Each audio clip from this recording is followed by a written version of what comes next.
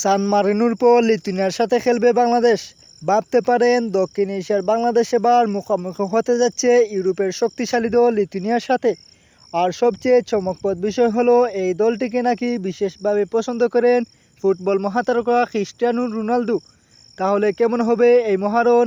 বাংলাদেশ কি পারবে ইউরোপকে চমকে দিতে? আজকের ভিডিওতে থাকছে সব বিস্তারিত। বাংলাদেশের জন্য এটি ইউরোপিয়ান দলের বিপক্ষে বড় একটি পরীক্ষা। সাম্প্রতিক সময়ে বাংলাদেশের ফুটবলে এসেছে নতুন উদ্দীপনা। লিথুয়ানিয়া ইউরোপের অভিজ্ঞ দল হওয়ায় ম্যাচটি নিয়ে উত্তেজনা তুঙ্গে। ইউরোপিয়ান ফুটবলে লিথুয়ানিয়া নিয়মিত প্রতিদ্বন্দ্বিতা করে।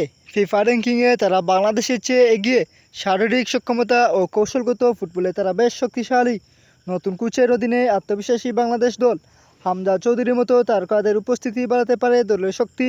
সাম্প্রতিক আন্তর্জাতিক ম্যাচগুলিতে উন্নতির ছাপ দেখা গেছে। বাংলাদেশ কি পারবে চমক দেখাতে? ফুটবলে অসম্ভব বলে কিছু নেই। নিজেদের সেরাটা খেলতে পারলে বাংলাদেশ ভালো ফল করতে পারে। সমর্থকদের বিশ্বাস ও সমর্থন হবে বড় শক্তি। ম্যাচটি হবে বাংলাদেশের জন্য বড় অভিজ্ঞতা অর্জনের সুযোগ।